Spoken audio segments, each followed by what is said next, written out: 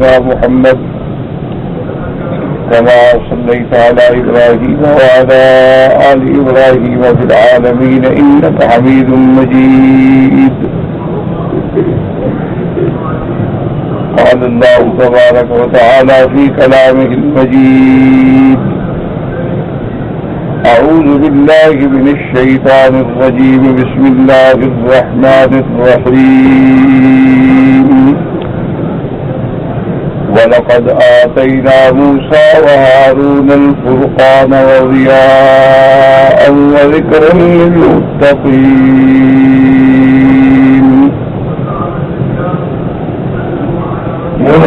الَّذِينَ يَخْشَوْنَ رَبَّهُم بِالْغَيْبِ وَهُم مِّنَ السَّاعَةِ مُشْفِقُونَ.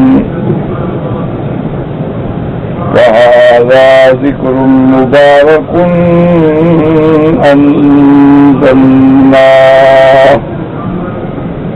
أَفَأَنتُمْ لَهُ مُنكِرُونَ.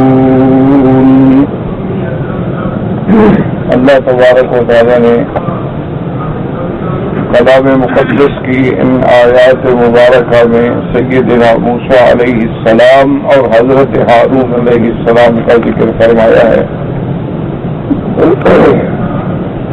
سابقہ آیات مبارکہ میں جیسا کہ الحمدللہ آپ نے اور ہم سب نے پڑھا ہے اور سنا ہے کہ اللہ تبارک و تعالیٰ نے حضور صلی اللہ علیہ وسلم کی تسلی کے لیے، اطمینان کے لیے ایک جامع ارشاد فرمایا تھا کہ وَلَقَدِ اسْتُهْزِئَ بِرُسُلٍ مِّن قَبْلِكَ. اللہ پاک نے فرمایا کہ میرے نبی صلی اللہ علیہ وسلم یہ دشمنی صرف آپ سے نہیں ہے، کفار مکہ اور مشرکین مکہ جو آپ کو تکلیفیں پہنچا رہے ہیں، ایذا پہنچا رہے ہیں، استہزاء کر رہے ہیں، یہ کوئی نئی بات نہیں ہے، بلکہ جتنے سابقہ انبیاء اور رسول ہم نے بھیجے ہیں اور وہ اپنے زمان و مکان کے اعتبار سے جب اللہ کی توحید کے داعی بن کے تشریف لائے تو اس دور میں بھی ان اقوام نے ان انبیاء کی بھی مخالفت کی، انہیں بھی ایذا پہنچایا، ان سے بھی استہزاء کیا، بلکہ انبیاء علیہم السلام کو قتل کر دیا.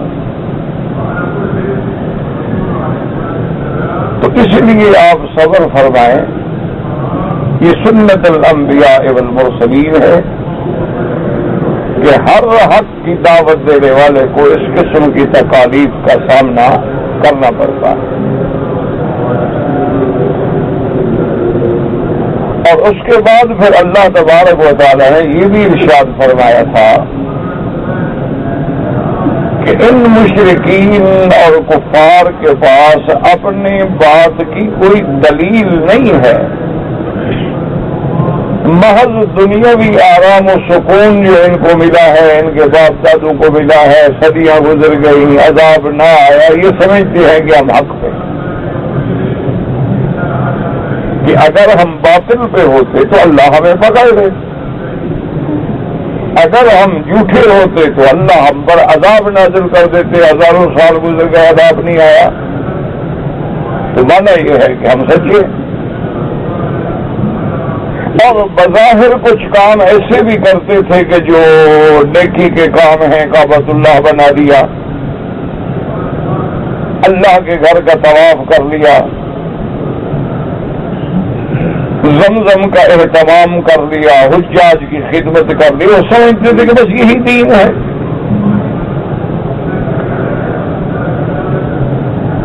تو اس لیے اللہ پاک نے ارشاد فرمایا کہ میرے محبوب، ہم نے جو ان کو دنیا میں نفع اٹھانے کے لیے کچھ مہلت دی ہے، ان کے باپ دادا کو دی ہے، جب لمبی مدت گزر گئی تو یہ سمجھا انہوں نے کہ بھئی ہم تو بالکل حق پہ ہیں اور ہمیں کوئی بھی نقصان نہیں پہنچا.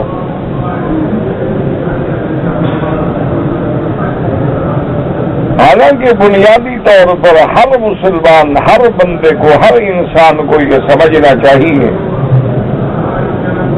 کہ اللہ تبارک و تعالی نے عالم بنائے ہیں، عالم ارواح ہے، اس کا ایک وقت تھا،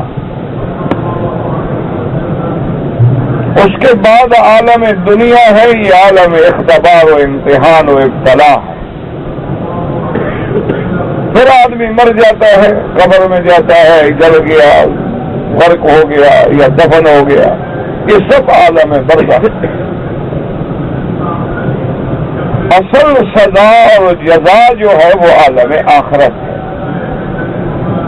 تو اگر اللہ تبارک و تعالیٰ کسی کو دنیا میں سزا نہ دے، ان کی مرضی ہے، یہ تو دنیا دارالامتحان ہے، دارالجزا تو یہ ہے ہی نہیں۔ اصل جزا اور سزا کا فیصلہ جو ہے وہ آخرت میں ہوگا، کہ وہاں اللہ پاک اپنے ماننے والوں کو، ایمان والوں کو کامران و کامیاب فرمائیں گے، اور کفر و شرک کرنے والوں کو ہلاک و برباد فرمائیں گے۔ ایک فیصلہ ہے میرے اللہ۔ کبھی کبھی اللہ تبارک و تعالیٰ دنیا میں بعض قوموں پر عذاب نازل فرما کے اپنی قدرت کا نظارہ دکھلاتے ہیں کہ ہم چاہیں تو مٹا دیں،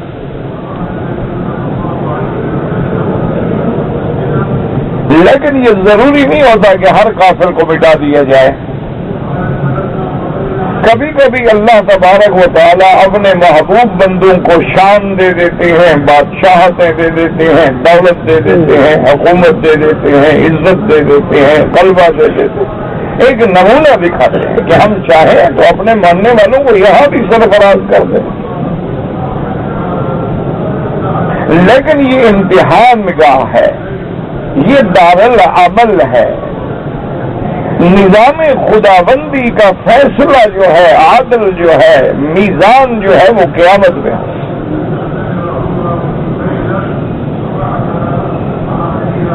اس کے بعد اللہ تبارک و تعالیٰ نے یہ بھی ارشاد فرمایا کہ میرے محبوب رحمت دو عالم سیدنا محمد مصطفیٰ صلی اللہ علیہ وسلم، یہ کفار و مشرکین کا حالت یہ ہے، اتنا کمزور ہے، اتنا بودی ہے، اتنے بے بس ہیں کہ جب ان کو میرے عذاب کا ذرا سا ایک تھوڑا سا نمونہ ہم دکھاتے ہیں تو پھر یہ چیخنا شروع کر دیتے۔ وَلَئِن مَسَّتْهُمْ نَفَحَةٌ مِّنْ عَذَابِ رَبِّكَ، تو پھر کہتے ہیں لَيَقُولُنَّ يَا وَيْلَنَا، ہائے کاش ہم نے اپنے جانوں پہ ظلم کیا۔ اللہ نے فرمایا میرے محبوب اصل فیصلہ کب ہوگا؟ وَنَضَعُ الْمَوَازِينَ الْقِسْطَ، جب ہم عدل کی میزان ترازو قائم کریں۔ اس لیے ہمیشہ یاد رکھیں کہ قیامت میں میزان بھی حق ہے اور وزن بھی حق ہے، والوزن یومئذ الحق۔ اور یہی اسلام کے اور دنیاوی فلسفے کا فرق ہے کہ موجودہ دور کے قوانین جو ہیں باطلہ، ان میں عدد کو اہمیت ہے۔ کیا مانا؟ آپ دیکھتے ہیں الیکشن ہوتا ہے، جس کا ایک ووٹ بھی زیادہ ہو گیا وہ جیت گیا، ایک ووٹ کم ہو گیا ہار گیا۔ لیکن اللہ کے ہاں جو فیصلہ ہے وہ عدد پہ نہیں، وہ وزن پہ ہوگا، کیونکہ یہ تو نظام ہی غلط ہے بنیادی طور پر۔ یعنی ایک اندھا بھی سمجھ سکتا ہے کہ الیکشن ہے، مثلا ایک آدمی نے 999 ووٹ لیے، ایک نے 1000 ووٹ لیا، 1000 والا جیت گیا، ٹھیک، لیکن 999 ووٹ کی کیا حیثیت ہے؟ وہ بیکار، اس لیے کہ انہوں نے اس بندے کو دیے ہیں جو ہار گیا ہے۔ آپ نے ایسا نظام بھی دیکھا ہے کہ ایک ووٹ لینے والا جو جیت جائے، 999 ووٹ لینے والا جو ہارا، صرف وہ نہیں ہارا، 999 ووٹ ہی بے قدر ہو گیا۔ اس کی کوئی قیمت ہی نہیں اور ویلیو ہی نہیں. تو اس لیے یہ نظام یاد رکھے ہمیشہ، یہ بنیاد ہی غلط ہے. یہ لوگوں کو بے وقوف بنانے کے لیے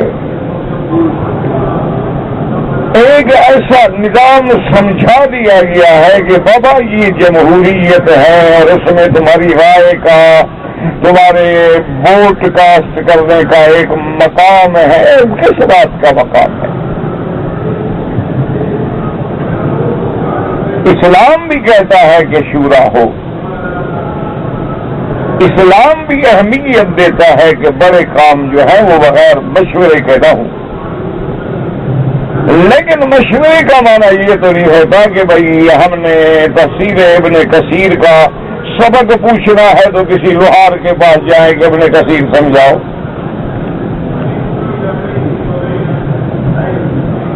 رائے دینے کا مطلب یہ تو نہیں ہوتا ہے نا کہ ہم نے کپڑا سلوانا ہے تو درخان کے پاس جائیں گے، بڑی بڑی موٹی لکڑیاں کاٹ لیتا ہے تو کپڑا کیوں نہیں کاٹ لے گا؟ تو یہ جہالت بھی ہے اور خلاف عقل بھی ہے. اسلام یہ کہتا ہے کہ مشورت میں فشاورہم فی الامر امرہم شورا بینہم، لیکن مشورہ کن سے نہیں جو ارباب حل و عقد ہوں، جو مشورہ دینے کی صلاحیتیں رکھتے ہیں. جو مشورہ دینے کی صلاحیت ہی نہ رکھتا ہو اس کی رائے کی کیا اہمیت ہے؟ یہی وہ بنیادی فرق ہے جس میں آج ہمارے کئی بھائی لڑتے ہیں، جھگڑتے ہیں کہ بھئی ہم نے حدیث پڑھ لی بس عمل کر لیں گے. اور علماء یہ کہتے ہیں کہ قرآن اور حدیث تو اصل ہے. جب اصل ہی نہیں ہوگا، جب جڑ ہی نہیں ہوگی تو پھل کس پہ لگے گا؟ درخت ہی نہ ہو تو آم کیسے لگ جائیں گے؟ درخت ہی نہ ہو تو صبر کیسے لگے گا؟ درخت ہی نہ ہو تو اس کی شاخیں اور ٹہنیاں اور پتے اور پھول کہاں سے پھوٹیں گے؟ تو اصل تو قرآن و حدیث ہے. قرآن و حدیث ہی نہ ہو تو دین ختم، کیونکہ دین کی بنیاد، دین کا مرجع اور اصل جو ہے وہ اللہ کا قرآن ہے اور سنت محمد مصطفیٰ صلی اللہ علیہ وسلم. صرف علماء حق یہ کہتے ہیں کہ قرآن والوں سے سمجھنا ہوگا. قرآن کا علم حاصل کرنے کے لیے ہمیں علماء، ہمیں قراء، ہمیں فقہاء، ہمیں محدثین، ہمیں مجتہدین سب کے دروازوں پہ جا کے پوچھنا ہوگا کہ یہ آیت کب نازل ہوئی، کیوں نازل ہوئی، کس واقعے میں نازل ہوئی، اس سے کیا کیا مسئلہ سمجھ آیا. صرف یہ بنیادی بات ہے. اسلام نے کبھی اجتہاد کا دروازہ بند نہیں کیا. لیکن اجتہاد کا معنی یہ تو نہیں ہوتا نا کہ کسی پاگل کو اس طرح پکڑوا دو تو وہ حجامت کرے نہ کرے اپنی ناک ضرور کاٹ لے گا. اجتہاد کا معنی یہ نہیں ہوتا ہے کہ جس آدمی نے ایم اے کیا ہو یا پی ایچ ڈی کیا ہو یا کہیں پروفیسر رہا ہو لہٰذا وہ مجتہد بھی ہو سکتا ہے. جب اجتہاد ہم نے دینی مسائل میں کرنا ہے تو دین پر عبور ہونا ضروری ہے. اسی لیے اسلام جو ہے وہ عدد کو اہمیت نہیں دیتا. اگر عدد کو اہمیت دی جائے تو جمہوری انداز میں تو پھر ابو جہل کی پارٹی کے ووٹ زیادہ تھے بدر میں حضور کے ووٹ تو کم تھے.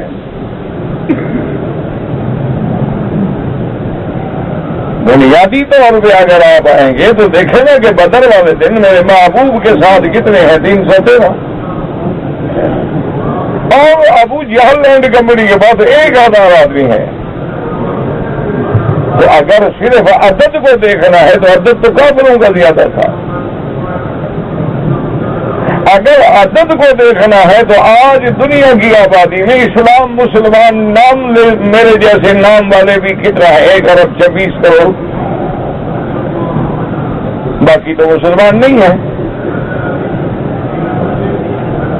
اگر کوئی یہودی ہے، نصرانی ہے، عیسائی ہے، مجوسی ہے، وہ بدھ مت پہ ہے، وہ یدھ مت پہ ہے، وہ کسی اور مذہب پہ، مسلمان تو نہیں ہے نا۔ تو اگر ہم عادات کو بنیاد بنائیں گے حق کی تو پھر تو مسلمان بالکل تھوڑے ہیں۔ اور اگر اعتقاد میں بھی آپ دیکھیں تو کافروں کے پاس تو 360 معبود تھے اور میرے مدنی کا تو ایک معبود ہے۔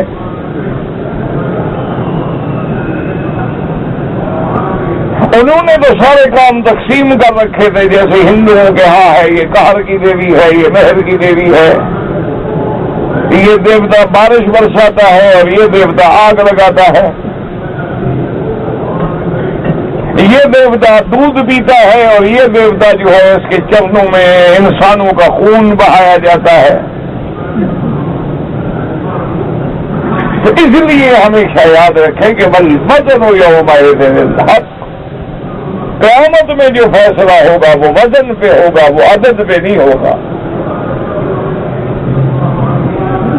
اور پھر قرآن پاک نے بڑی تفصیل فرما دی کہ فمن ثقلت موازینہ، جن کے اعمال صالحہ کی تولیں بھاری ہو جائیں گی وہی کامیاب ہوں، اور جن کی تولیں ہلکی ہو جائیں گی وہی ناکام ہوں گے۔ تو بنیاد وزن ہوگا، عدد نہیں ہوگا۔ اس کی ایک مثال سمجھ لیں کہ ایک آدمی ہے، وہ دوڑتا ہے اور 10 طواف کر لیتا ہے، کبھی اس کو مکہ مارتا ہے، کبھی اس کو ٹکر مارتا ہے، کبھی سینہ مارتا ہے، کبھی عورتوں سے ٹکراتا ہے، کبھی لوگوں کو تکلیف پہنچاتا ہے۔ ایک بندہ بڑے آرام سے، سکون سے، ادب سے کعبۃ اللہ کے قریب قریب ذکر زبان پہ ہے، بالکل خشوع خضوع ادب سے طواف کرتا ہے۔ اللہ کے ہاں وہ ایک طواف بھاری ہے، کیونکہ وہاں عدد نہیں ہوگا، وزن ہوگا۔ ایک آدمی رات کو کھڑے ہو کے 8 رکعتیں تہجد پڑھ رہا ہے اور اسے جناب ٹکریں ماری ہے، اللہ اکبر اللہ اکبر اللہ اکبر اللہ اکبر، نہ رکوع کا پتہ ہے، نہ سجود کا پتہ ہے، نہ اعتدال ہے، نہ ارکان ہے، اور ایک بندے نے صرف 2 رکعت پڑھی ہے لیکن انتہائی خشوع، انتہائی خضوع، طول القنوت، طول الرکوع، طول السجود، بڑا لمبا لمبا قرآن کی قرات کر رہا ہے اور قرآن میں تدبر کر رہا ہے کہ قرآن کیا کہتا ہے۔ تو اللہ کے ہاں وہ 2 رکعت جو ہے وہ بھاری ہو جائیں۔ اسی لیے آپ دیکھتے ہیں کہ ایک بندہ ہے، اس کے پاس نہ نوکر ہیں، نہ چاکر ہیں، نہ دولت ہے، نہ مال ہے، نہ دنیا ہے، نہ کوئی اعلیٰ لباس ہے، پھٹے پرانے کپڑے ہیں، لیکن اللہ کے ہاں اس کا اتنا مقام ہے کہ لو اقسم علی اللہ لبرہ، اگر وہ قسم کھا لے اللہ سچا کر دیتا۔ اللہ کے ہاں اس کے محلوں کی قیمت نہیں ہوتی، نوکر چاکر کی قیمت نہیں ہوتی۔ اس لیے اللہ تبارک و تعالیٰ نے یہ بنیادی فلسفہ میں سمجھایا کہ مسلمانوں اس بات کو غور کرو کہ اگر کافروں کے بعد دنیا ہے کوئی بات نہیں، ان کے پاس تعداد زیادہ ہے کوئی بات نہیں، ان کے پاس مال و متاع زیادہ ہے کوئی بات نہیں، کیونکہ یہ دنیا تو کوئی چیز ہے ہی نہیں۔ اصل تو اس وقت پتہ چلے گا کہ جب قیامت میں وزن اعمال ہو۔ اچھا، جس کے پلڑے میں کفر ہے وہ تو گیا ہی گیا، ہلاک ہو گیا، برباد ہو گیا، کسے ختم۔ جس میں شرک پہ موت آئی، کفر پہ موت آئی، پلڑے میں شرک آ گیا، کفر آ گیا، وہ ہلاک ہو گیا، سب کسے ختم ہو گیا۔ ہاں ایمان ہے، اب اعمال بھی ہیں، صالحہ بھی ہیں، برے بھی ہیں، اب وزن ہو رہا۔ ایمان ہے، اعمال صالحہ ہیں، برے نہیں ہیں، کامیابی کامیاب۔ لیکن ایسے لوگ بھی ہیں کہ خلطوا عملا صالحا وآخر سیئا، کہ اچھے عمل بھی ہیں، بڑے بھی ہیں، مغرب سے عشاء تک تفسیر ابن کثیر کا درس بھی سنتے ہیں اور عشاء کے بعد رات کو فلمیں بھی دیکھتے ہیں۔ اللہ اللہ کے گھر کا طواف بھی کرتے ہیں ماشاءاللہ اور جھوٹ بھی بولتے ہیں. تو اب اعمال اچھے بھی ہیں اور برے بھی ہیں, تو اب تولے ہیں, میزان ہے. اسی لیے جب ایمان کا مقابلہ ہوگا تو ایک کلمہ شہادت بھاری ہو جائے گا.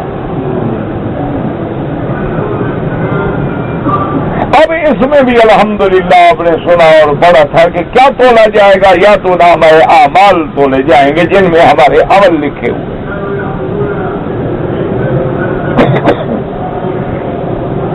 اور بعض علماء نے فرمایا ہے کہ اعمال کو اللہ جوہر کی شکل دے دیں گے, یعنی جو اعمال ہیں ان کو ایک شکل دے دی جائے گی.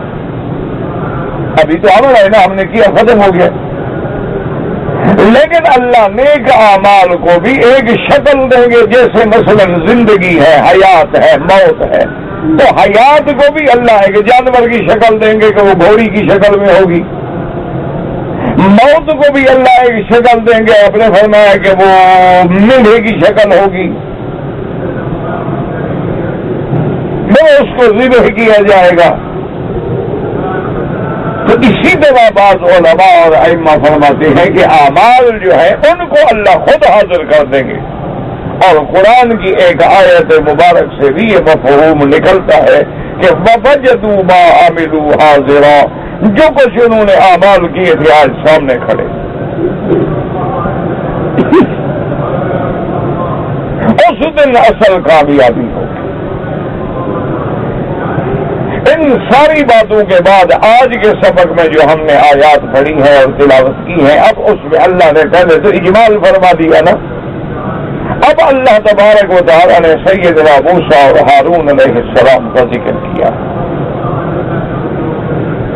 اور اسی طرح یاد رکھیں کہ آپ نے الحمدللہ کئی دفعہ سنا ہوگا کہ بعض انبیاء کرام ایسے ہیں جن کا ذکر اللہ نے قرآن میں بار بار کیا ہے اور کئی صورتوں نے فرمایا, جن میں سیدنا موسیٰ علیہ السلام, سیدنا ابراہیم علیہ السلام, سیدنا آدم علیہ السلام, سیدنا عیسیٰ علیہ السلام, یہ ایسے پیغمبر ہیں جن کا ذکر بار بار اللہ نے فرمایا. اور بعض پیغمبر ایسے ہیں جن کا ذکر ایک دفعہ آیا, جیسے یوسف علیہ السلام, صرف ایک سورت مبارک میں, اور کسی جگہ پر یوسف علیہ السلام کا قصہ نہیں. حضرت سلیمان علیہ السلام اللہ تبارک و تعالی نے فرما دیا قصہ سورت النمل میں, پھر کسی جگہ ذکر نہیں آیا. تو اس کی حکمتیں ہیں کہ جب میرے محبوب تشریف لائے ہیں تو مشرکین بھی تھے, یہودی بھی تھے, عیسائی بھی. اور تخلیق کائنات کا اصل جو تھا وہ آدم تھا علیہم الصلاۃ والتسلیم. تو اس لیے ان پیغمبروں کے واقعات کو اللہ نے بار بار بیان فرمایا تاکہ یہود اپنی آنکھیں کھولے کہ ہمیں تم سے دشمنی ہوتی تو پھر ہم موسیٰ علیہ السلام کا ذکر قرآن میں کیوں کرتے. ہمیں اگر تم سے دشمنی ہوتی تو یا بنی اسرائیل, یا بنی اسرائیل, یا بنی اسرائیل, تو تمہارا شان بیان کیوں ہوتا. اور قرآن تمہیں اتنا بڑا اعزاز کیسے بخشتا کہ فضلناکم علی العالمین, ہم نے تو سب آدمیوں پہ, سب جہانوں پہ تمہیں فضیلت دی. اذکروا نعمتی التی انعمت علیکم. تو معلوم ہوا کہ اسلام کو نہ یہودیت سے دشمنی ہے نہ عیسائیت سے دشمنی ہے. اسلام کو ان کے غلط عقائد و اعمال سے دشمنی ہے. اسلام کو کسی اشخاص سے دشمنی نہیں ہوتی, کسی جماعت سے دشمنی نہیں ہوتی. اب اسلام شرک کی برائی کرتا ہے. اب اگر کوئی مشرک ہے وہ کہے کہ جی آپ مجھے گالیاں دے رہے ہیں, جیسے حضور صلی اللہ علیہ وسلم کو بھی مشرکین یہی کہتے تھے کہ حضور ہمارے معبودان ہمارے الہا کو آپ گالیاں دیتے ہیں. حضور نے کبھی نعوذ باللہ گالی دی. اب جب حضور فرماتے تھے کہ بھئی یہ الہا باطلہ کچھ بھی نہیں ہے, یہ اصنام ہے, یہ اوثان ہے, یہ تمہارے ہاتھوں کے بنائے ہوئے بت ہیں، بیکار ہیں، ان میں حرکت نہیں، ان میں طاقت نہیں. تو دیکھیں گالیاں دے رہے ہمارے خداؤں کی برائی ہو رہی ہے. تو آج بھی اگر کوئی شرک کی نفی کرے تو مشرک کہے کہ مجھے آپ گالی دے رہے ہیں. آج بھی اگر کوئی آدمی یہودیت کے ظلم کی بات کرے وہ کہے جی دیکھیے آپ ہمیں برا سمجھتے ہیں، آپ ہم سے عداوت رکھتے ہیں.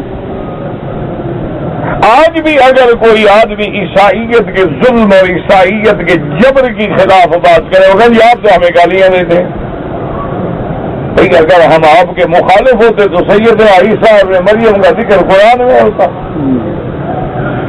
اگر ہم آپ کے مخالف ہوتے تو بی بی مریم کے نام پر اللہ قرآن میں سورت رکھتے، سورت مریم. اگر ہم آپ کے مخالف ہوتے تو سیدنا عیسیٰ علیہ السلام کے معجزات، سیدنا عیسیٰ علیہ السلام کی شان، سیدنا عیسیٰ علیہ السلام کی ولادت، سیدنا عیسیٰ علیہ السلام کی صرف والدہ نہیں بلکہ نانی تک کا ذکر بھی قرآن میں ہو، تو معلوم ہوا کہ ہم کوئی نصرانیت کے اعتبار نصارہ دشمن نہیں ہے. ہم تو تمہارے ان عقائد باطلہ کی نفی کرتے ہیں جو تم نے خود بنا ڈالے ہیں. ہم تمہارے ان اعمال سیئہ کی نفی کرتے ہیں جو تم نے اللہ کے رسول سیدنا عیسیٰ علیہ السلام کی تعلیمات سے ہٹ کر دیے. تو اس لیے ہمیشہ ٹھنڈے دل سے سوچا کریں. اب دیکھیں نا کہ ایک آدمی یہ کہے کہ عیسیٰ علیہ السلام کی تعلیم تو یہ تھی کہ اگر کوئی بندہ تمہیں تھپڑ مارتا ہے تو دوسری گال بھی پیش کر دو کہ یار ادھر بھی مار لو. یعنی وہاں تو یہ صبر ہو، یہ تعلیم ہو اور تم لاکھوں کروڑوں انسانوں کو کیڑوں مکوڑوں سے بھی زیادہ حقیقت سمجھ کے مال ڈالو اور کہو جی آپ ہمیں گالی دیتے ہیں.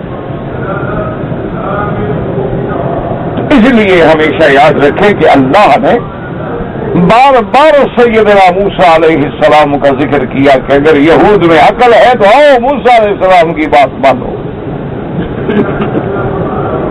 آؤ موسیٰ علیہ السلام کے نقش قدم پہ چلو. اسی لیے سیدنا امیر المؤمنین عمر بن الخطاب رضی اللہ تعالی عنہ نے جب حضرت سیدنا عبداللہ ابن سلام جو یہود کے بہت بڑے علماء میں سے تھے اسلام لے آئے تو حضرت امیر المؤمنین نے پوچھا کہ عبداللہ ابن سلام اب تو تم مسلمان ہو گئے، ہمارے بھائی ہو گئے، حضور کے صحابی ہو گئے، لیکن یہ بتاؤ کہ اسلام لانے سے پہلے بحیثیت ایک عالم تورات کے آپ یہ جانتے تھے کہ حضرت محمد رسول اللہ حق میں ہیں، اللہ کا نبی سچا نبی ہے؟ تو عبداللہ ابن سلام نے کہا کہ امیر المؤمنین خدا کی قسم ہے ہمیں اپنی اولاد میں تو شبہ ہو سکتا ہے، حضور کی صداقت میں کوئی شبہ نہیں تھا. یہ تو ضد ہے، یہ تو اناد ہے، ورنہ ہم تو حضور کو ایسے جانتے تھے بندے کو اولاد میں تو شک ہو سکتا ہے. اسی لیے جب عبداللہ ابن السلام اسلام لائے تو انہوں نے کہا کہ یا رسول اللہ صلی اللہ علیہ وسلم آپ ذرا یہودیوں کو بلائیں، آپ بات کریں، دیکھیں میری قوم کا حال کیا ہے. حضور صلی اللہ علیہ وسلم نے ان کے بڑے بڑے چیدہ لوگوں کو بلوایا اور فرمایا کہ عبداللہ ابن سلام تمہارے اندر کیسا آدمی ہے؟ ہم نے کہا کمال کر سے عالمنا و ابن عالمنا، وہ تو عالم کا بیٹا حبر ہے ہمارا، وہ تو بہت بڑی شان والا بندہ ہے. تو آپ نے فرمایا کہ اچھا یہ بتلاؤ کہ اب اگر عبداللہ ابن السلام جو تمہارا عالم بھی ہے، عالم کا بیٹا بھی ہے اور تورات کا حافظ بھی ہے، اگر وہ اسلام لے آئے تو پھر تمہارا کیا خیال ہے؟ انہوں نے کہا نہیں ایسے کیسے ہو سکتا ہے، وہ اپنے دین کو کیسے چھوڑ سکتا ہے، وہ موسیٰ علیہ السلام کو کیسے چھوڑ سکتا ہے، وہ تورات کو کیسے چھوڑ سکتا ہے. تو اب عبداللہ ابن السلام ظاہر ہوئے، انہوں نے کہا اشہد ان لا الہ الا اللہ واشہد ان محمد رسول اللہ. انہوں نے کہا یہودی میں نے تو اسلام قبول کیا. انہوں نے کہا اچھا اس کی بات کر رہے تھے یاد ہے سب ہونا ہے یہ تو برا آدمی ہے بلانا. تو عبداللہ ابن السلام نے کہا کہ حضور دیکھ لیں, اسی لیے میں نے کہا تھا کہ دیکھیں ہماری قوم کا حالت کہ ان کی بات مان لو تو پھر تم عالم بھی ہو, تم سکالر بھی ہو, تم مفکر بھی ہو, تم مدبر بھی ہو, تم دنیا کے مایہ ناز مصنف بھی ہو, اور اگر ان کے خلاف بات لکھ دو تو پھر تم دنیا کے ذلیل حقیر ترین مبغوض انسان. اس لیے اللہ نے قرآن مقدس میں, اب دیکھیں اسی محرم میں آپ کو جب حضور نے عاشورہ کا روزہ رکھا, کیوں رکھا؟ پہلے تو حضور پاک نے کبھی نہیں رکھا, لیکن جب حضور صلی اللہ علیہ وسلم نے دیکھا کہ یہود مدینہ جو ہے وہ روزے سے ہیں, پھر میں نے راجا تصومون یوم عاشورہ, ابھی کیوں روزہ رکھتے ہو عاشورہ کا؟ انہوں نے کہا کہ یا رسول اللہ صلی اللہ علیہ وسلم یہ ایسا دن ہے کہ جس میں اللہ نے ہمارے پیغمبر موسیٰ علیہ السلام کو کامیاب فرمایا. اللہ نے دشمن نبی حضرت موسیٰ علیہ السلام کے دشمن ازلی جو تھا فرعون کو غرق کیا, تو موسیٰ علیہ السلام نے اللہ کے شکر میں روزہ رکھا تھا. حضور نے فرمایا نحن احق بموسیٰ منکم, بھی موسیٰ علیہ السلام کے ساتھ تو ہمارا تعلق تم سے زیادہ ہے, تم تو موسیٰ علیہ السلام کا نام لیتے ہو صرف.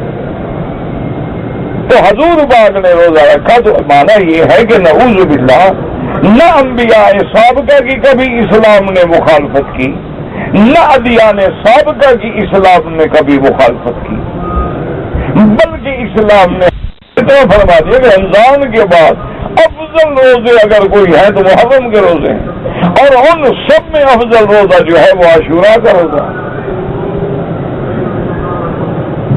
تو اس لیے قرآن پاک نے بار بار حضرت موسیٰ علیہ السلام کا ذکر کیا, اور مسلمانوں کو بھی یہ بتلایا ہے کہ جو قوم اپنے نبی کے ساتھ یہ کرتی رہی ہے وہ تمہارے ساتھ کیا کرے گی. کہ موسیٰ علیہ السلام کو اللہ نے ان کا نجات دہندہ بنا کے بھیجا. موسیٰ علیہ السلام نے انہیں فرعون کے جبر و ظلم سے چھڑایا. موسیٰ علیہ السلام اپنی قوم کے لیے ذریعہ نجات ثابت ہوئے, لیکن جب انہوں نے دریا عبور کیا تو کہا اجعل لنا الہا کما لہم آلہہ, جیسے ان کا خدا ہے خدا ہمیں بھی بنا دو. تو جس قوم کا اپنے نبی کے ساتھ یہ مشاہدہ تھا, یہ عمل تھا, وہ تمہارے ساتھ کیا کرے گی. اس لیے اللہ نے قرآن مقدس کے اندر سیدنا موسیٰ علیہ السلام اور سیدنا عیسیٰ علیہ السلام کا ذکر جو ہے وہ بار بار فرمایا. اسی طرح اللہ تبارک و تعالیٰ نے یہ بھی فرمایا کہ یہ تو وہ قوم ہے کہ جن کو ہم نے بیت المقدس میں داخلے کا حکم دیا, داخل ہونا بھی نہیں چاہتے. یہ تو ظاہر میں جتنے آپ کو طاقتور نظر آئے, اندر سے تو انتہائی بزدل ہے, اندر سے تو ان کی جان نکل جاتی ہے. جب اللہ کے پیغمبر نے کہا کہ چلو نکلنا ان فیہا قوم جبارین, وہاں بڑی سرکش قوم ہے, ہم نہیں جاتے. موسیٰ علیہ السلام نے جب زیادہ زور دیا تو اتنے تک آ گئے کہ فذهب انت وربک فقاتلا, آپ اور آپ کا رب جانے اور جہاد جانے, ہم نہیں جاتے. ہم تو بس یہی بیٹھے ہیں, پہلے ان کو نکال دو پھر ہم جائیں. یعنی جب مال مفت ملے, جب طاقت دوسروں کی خرچ ہو تو پھر آرام کے لیے ہم آ جائیں گے. اس لیے اللہ تبارک و تعالیٰ نے تمام واقعات کو قرآن میں کھول کھول کر بیان کیا ہے. اس لیے فرماتے ہیں وَلَقَدْ آتَيْنَا مُوسَىٰ وَهَارُونَ الْفُرْقَانَ وَلَقَدْ آتَيْنَا مُوسَىٰ وَهَارُونَ الْفُرْقَانَ وَضِيَاءً وَذِكْرًا لِّلْمُتَّقِينَ. اللہ نے فرمایا میرے محبوب میرے نبی صلی اللہ علیہ وسلم, تحقیق ہم نے موسیٰ و ہارون کو فرقان عطا فرمایا. یاد رکھو فرقان سے کیا مراد ہے؟ یا دیکھو، اصل فرقان کا معنی ہوتا ہے فرق کرنے والا، جدا کرنے والا، فیصلہ کرنے والا، فارق بین الحق والباطل، حق اور باطل کو نکھارنے والا۔ اس لیے قرآن یوم بدر کو بھی کہتے ہیں یوم الفرقان، کہ بدر کا دن جو ہے وہ بھی یوم الفرقان ہے، جس نے حق اور باطل کو الگ الگ کر دیا، جس نے اسلام کی حقانیت اور کفر کی جہالت پہ بہت قبض کر دی۔ اس لیے کہتے ہیں فرقان، قرآن کو بھی کہتے ہیں فرقان۔ تو علماء نے فرمایا کہ فرقان کا اصل میں ماننا جدا جدا کرنے والا، یعنی نکھارنے والا، تمییز کرنے والا۔ اب اس فرقان سے کیا مراد ہے جو اللہ نے فرمایا وَلَقَدْ آتَيْنَا مُوسَىٰ وَهَارُونَ الْفُرْقَانَ وَضِيَاءً وَذِكْرًا لِّلْمُتَّقِينَ۔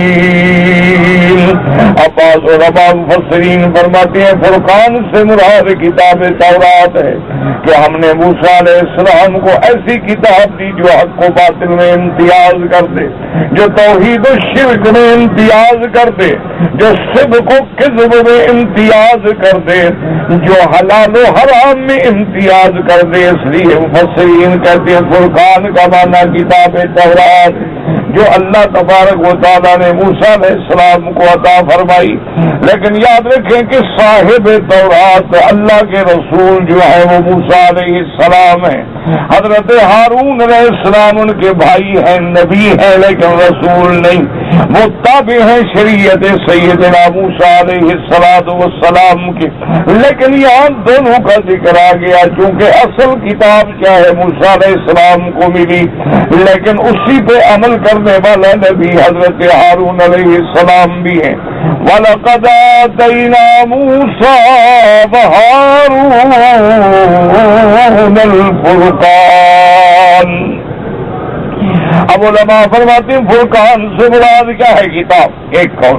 دوسرا قول یہ ہے کہ فرقان سے مراد کتاب نہیں، بلکہ فرقان سے مراد یہ ہے کہ اللہ نے جو معجزے موسیٰ علیہ السلام کو عطا فرمائے تھے، اللہ نے ید بیضا عطا فرمایا، اللہ نے معجزہ عصا عطا فرمایا، کہ جہاں آپ عصا ڈالتے ہیں معجزے اور جادو میں فرق ظاہر ہو جاتا ہے، حق اور باطل واضح ہو جاتا ہے، جادوگر سجدے میں گر جاتے ہیں، اقرار کر لیتے ہیں، ایمان لے آتے ہیں۔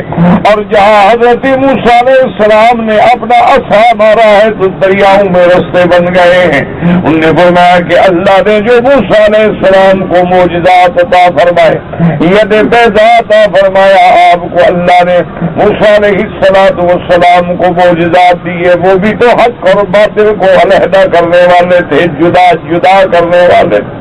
دنیا سحر کے چکر میں، جادو کے چکر میں ڈوبی ہوئی تھی، لیکن جب موسیٰ علیہ السلام کو اللہ نے حکم دیا کہ موسیٰ علیہ السلام نہ گھبرائیں، آپ اپنا عصا ڈالیں، تو عصا ڈالنے کا نتیجہ یہ نکلا کہ وہ سب کو اٹھا کے نکل گیا۔ اب جادوگر سمجھ گئے کہ جادو نہیں ہے، وَأُلْقِيَ السَّحَرَةُ سَاجِدِينَ قَالُوا آمَنَّا بِرَبِّ الْعَالَمِينَ۔ سجدے میں گر گئے، ایمان لے آئے۔ لیکن بعض محققین علماء فرماتی ہیں کہ دونوں قول درست ہیں۔ اللہ نے تورات بھی عطا فرمائی، تورات عظیم کتاب ہے، تورات کے اندر بھی بڑے احکام ہیں۔ اللہ تبارک و تعالیٰ نے بڑی جامع کتاب عطا فرمائی موسیٰ علیہ السلام کو، اسی طرح معجزات بھی عطا فرمائے، وہ بھی حق و باطل کو جدا کرنے والے ہیں، تو دونوں پہ اطلاق جائز ہے۔ وَلَقَدْ آتَيْنَا مُوسَىٰ وَهَارُونَ الْفُرْقَانَ وَضِيَاءً، اور روشنی۔ روشنی کیا مانا؟ دیکھو اندھیرے میں آدمی ٹھوکریں کھاتا ہے، روشنی میں سیدھے راستے پہ چلتا ہے، تو اللہ کی کتاب جو ہے وہ روشنی دینے والی۔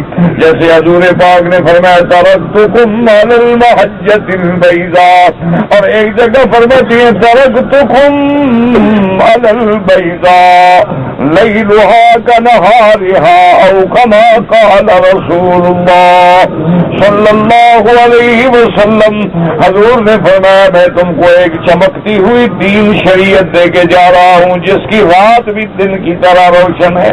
جو روشن قرآن نور ہے، روشنی ہے، ضیاء ہے، کیونکہ اللہ تبارک و تعالیٰ اس کی روشنی میں ہمیں واضح ہو جاتا ہے یہ توحید ہے، یہ شرک ہے، یہ نبوت و رسالت پہ ایمان ہے، یہ تکذیب ہے، یہ حق ہے، یہ باطل ہے، یہ صدق ہے، یہ کذب ہے. یہ مراد نہیں ہوتی کہ جیسے یہ عام روشنی ہے. وَلَقَدْ آتَيْنَا مُوسَىٰ وَهَارُونَ الْفُرْقَانَ وَضِيَاءً وَذِكْرًا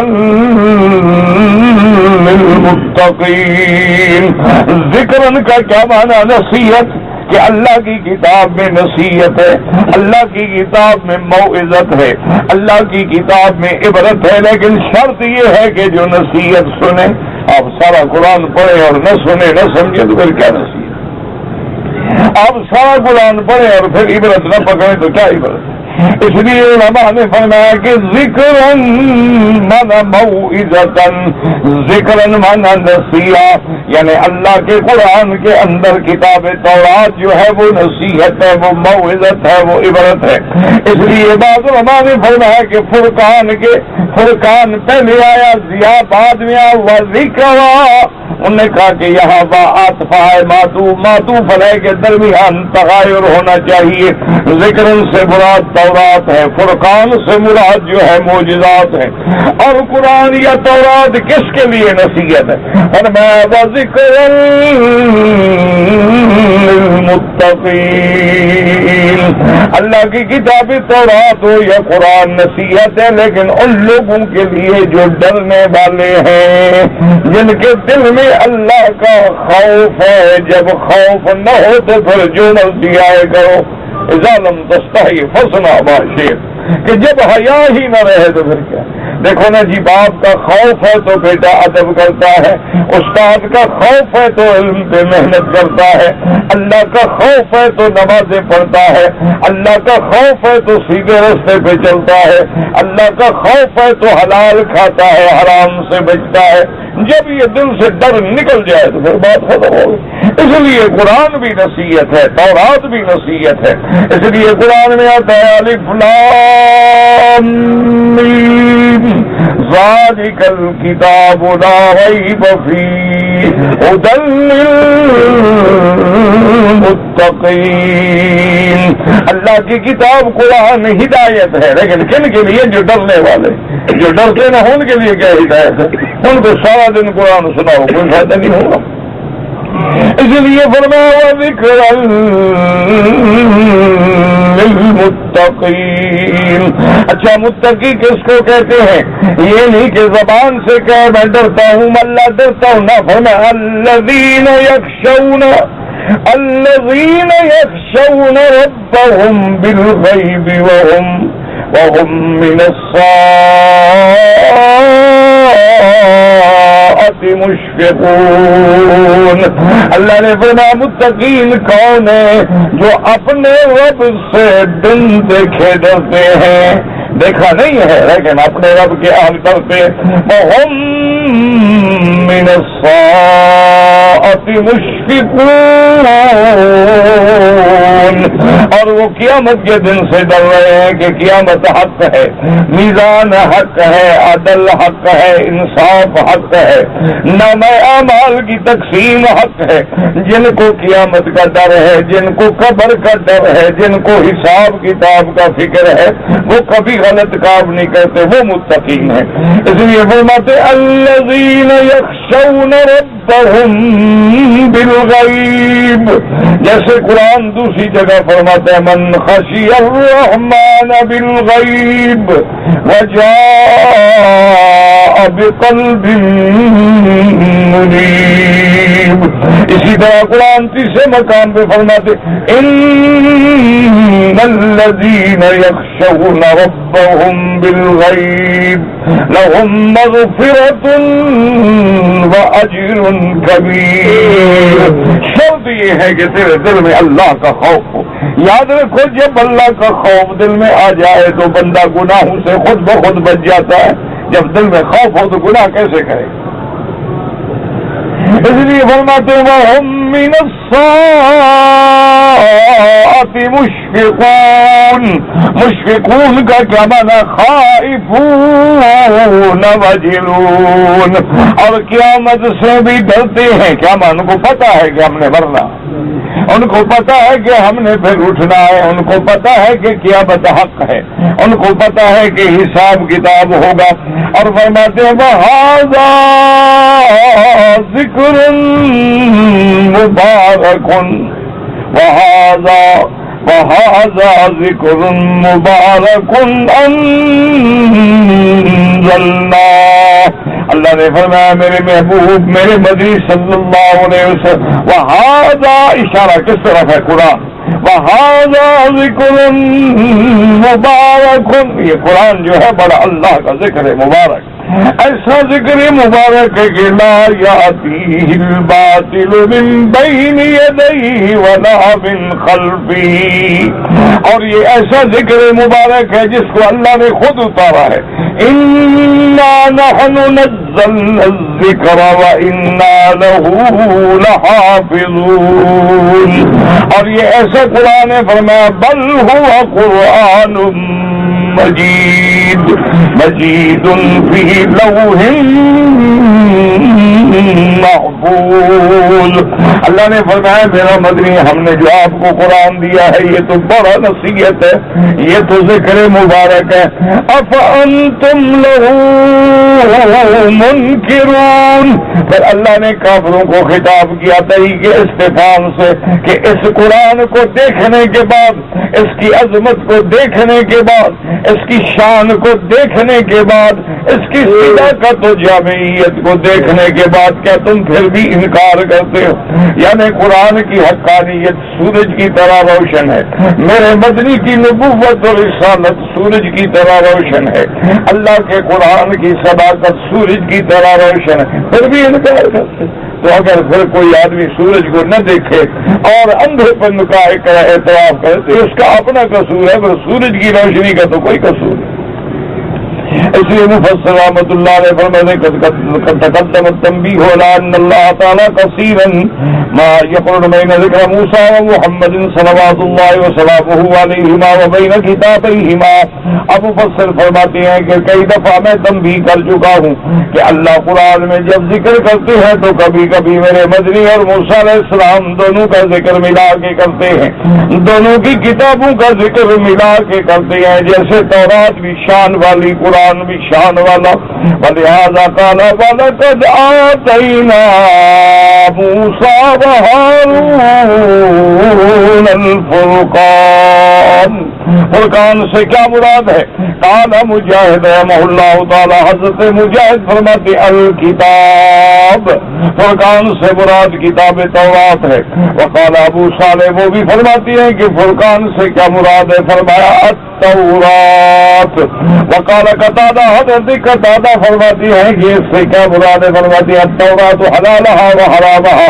فرقان من تورات کے اندر اس نے فرق کر دیا کہ یہ حلال ہے یہ حرام ہے. قالا ما یسرون فی القلوب. اور اس کے بعد فرماتی ہے وما فرق اللہ بین الحق والباطل. حضرت قتادہ فرماتی ہے کہ اللہ نے تورات بھیج کے حق اور باطل میں وہ واضح کر دیا. وقال ابن زید یعنی النصر، وہ فرماتے ہیں فرقان کا معنی یہ ہے کہ وہ اللہ کی مدد جو اللہ نے موسیٰ علیہ السلام کے ساتھ کی کہ حق قائم ہو گیا، موسیٰ علیہ السلام کامیاب ہو گئے، فرعون ہلاک و برباد ہو گیا. وجامع القول فی ذلک، مفسر فرماتا ہے کہ جامع قول یہ ہے کہ ان الکتب السماویۃ مشتملۃ علی التفریقۃ بین الحق والباطل والہدی والضلال والغی والرشاد والحلال والحرام. وعلى ما يحصل نور في القلوب وهدایۃ وخوفا وانابۃ وخشیۃ. اب مفسر رحمۃ اللہ علیہ فرماتے ہیں کہ تمام اقوال کا جامع قول مبارک یہ ہے کہ جتنی کتابیں اللہ نے آسمانوں سے اتاری ہیں، جتنی کتابیں اللہ نے اپنے پیغمبروں کو عطا فرمائی ہیں، ان سب کتابوں کے اندر یہ تھا کہ وہ حق و باطل کے درمیان فرق کرنے والی، ہدایت اور گمراہی کو جدا کرنے والی، اسی طرح رشد کو اور گمراہی کو علیحدہ، حلال و حرام کو علیحدہ.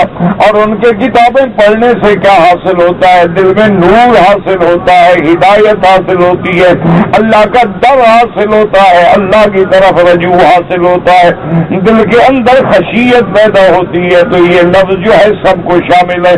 اس لیے فرمایا وَلَقَدْ آتَيْنَا مُوسَىٰ وَهَارُونَ الْفُرْقَانَ وَضِيَاءً روشنی وَتَذْكِيرًا وَذِكْرًا لِلْمُتَّقِينَ. ذکر ان کا معنی تذکیرا لہم وعظۃ، ان کے لیے نصیحت ہے، ان کے لیے موعظت ہے.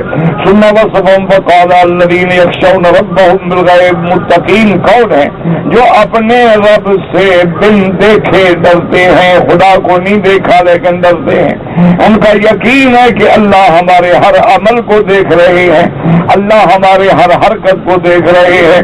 فرماتے ہیں من خشی الرحمن بالغیب، جو اپنے رب سے بن دیکھے ڈرے، وجاء بقلب منیب، اور اسلام کی طرف، دین کی طرف دل انابت والا لے کے آئے.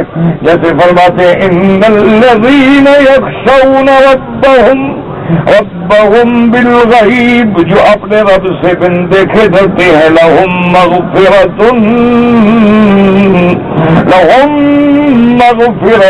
واجر کبیر، ان کے لیے بخشش ہے اور بہت بڑا ثواب ہے. فرمایا وہم من الساعۃ مشفقون، اور قیامت سے ڈرنے والے. مشفقون کا معنی خائفون وجلون. اب اس کے بعد فرماتے ہیں وَهَذَا ذِكْرٌ مُبَارَكٌ أَنزَلْنَاهُ. میرا مدنی یہ قرآن عظیم جو ہے یہ ذکر مبارک ہے، اور ایسا ذکر ہے جیسے آگے پیچھے کوئی باطل داخل نہیں ہو سکتا، جو بالکل محفوظ ہے لوح محفوظ میں بھی، بیت العزت میں بھی، قلب محمد مصطفیٰ میں بھی، اور حضور کی امت کے سینوں میں بھی محفوظ ہے. تنزیل من حکیم حمید. اور یہ قرآن اس حکمت والے لائے کہ حمد و ثنا نے اتارا ہے. جب اتنا کچھ واضح ہے پھر قرآن افانتم لہو منکرون، یعنی اب تنکرونہ فی غایت الجلال والظہور. میرے مدنی کی نبوت اور رسالت، اللہ کا قرآن بالکل چمکتا ہوا ہدایت، پھر بھی تم منکر، پھر بھی تم انکار کرتے ہو، پھر بھی تم ایمان نہیں لاتے ہو، تو پھر تمہاری ہلاکت کا فیصلہ ہو چکا ہے. اللہ آپ کو بھی مجھے بھی ہر مسلمان کو قرآن پہ عمل کرنے کی توفیق عطا فرمائے.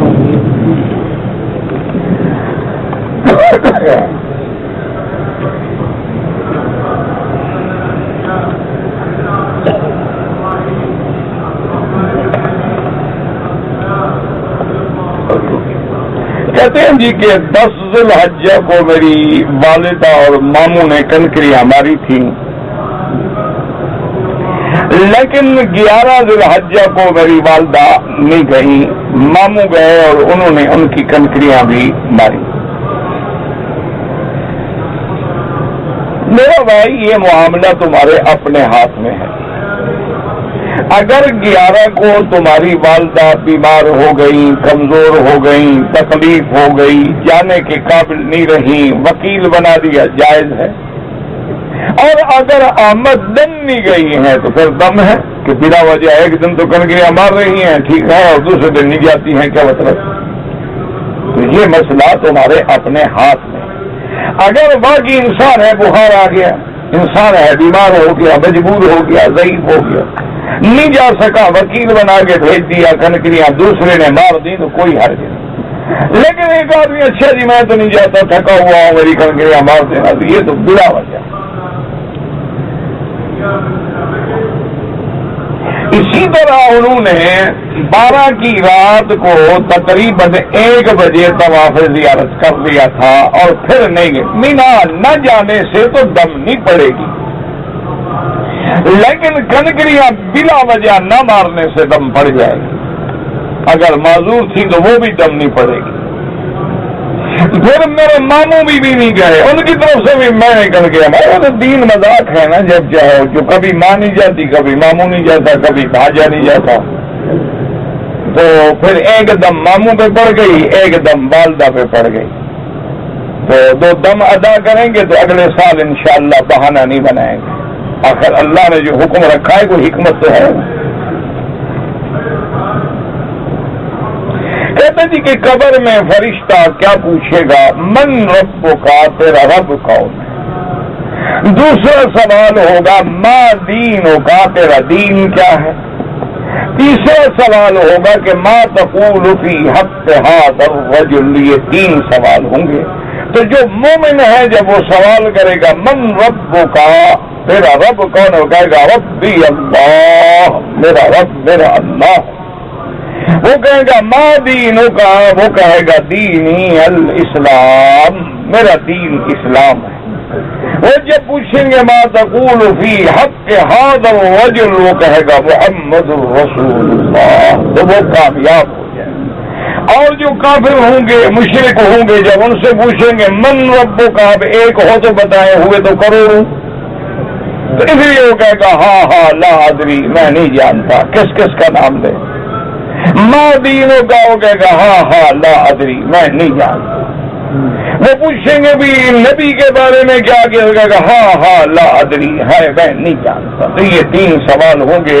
اللہ تبارک و تعالی ہم سب کو کامیاب فرمائے. کہتے کہ جی جب سوال کریں گے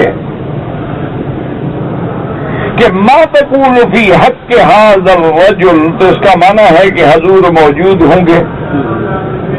یہ دھوکھا ہے لوگوں کے دماغ میں. اچھا اللہ کے بارے میں جو سوال کریں گے، اللہ میاں قبر میں بیٹھے ہوں گے؟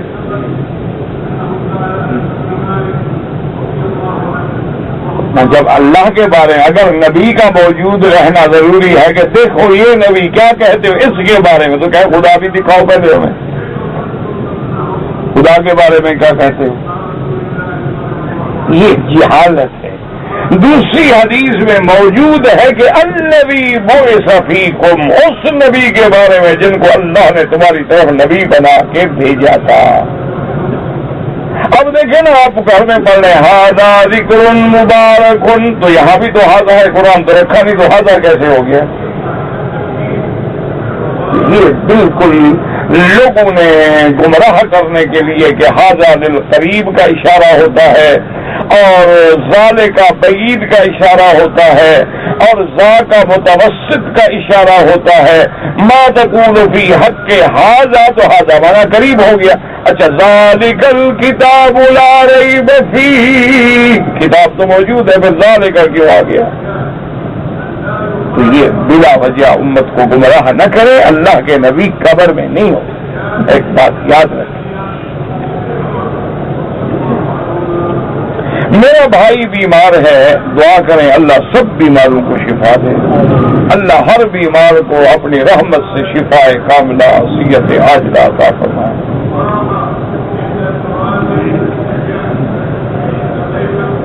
کہتے جی کہ سود والے لوگ جو ہیں یا بعض لوگ ایسے ہیں جن کی بیٹیاں بالغ ہیں، شادیاں نہیں ہوئی، ان سے لین دین جائز ہے. کیوں نہیں جائز؟ لین دین تو سب سے جائز ہے، کافروں سے لین دین جائز نہیں. لین دین تجارت معاملات، اس میں ہمارا کیا تعلق ہے؟ ہم سود میں کھاتے وہ کھاتے ہیں، خدا کو خود جواب دیں.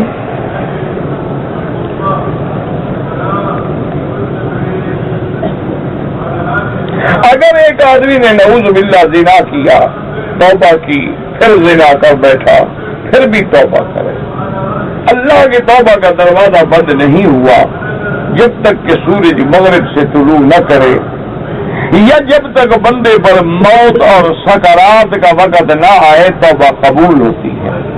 لہذا اللہ کی دروازہ کھلا ہوا ہے. اور توبہ کا معنی ہی یہ ہوتا ہے کہ اس گناہ کو چھوڑ دو فوراً.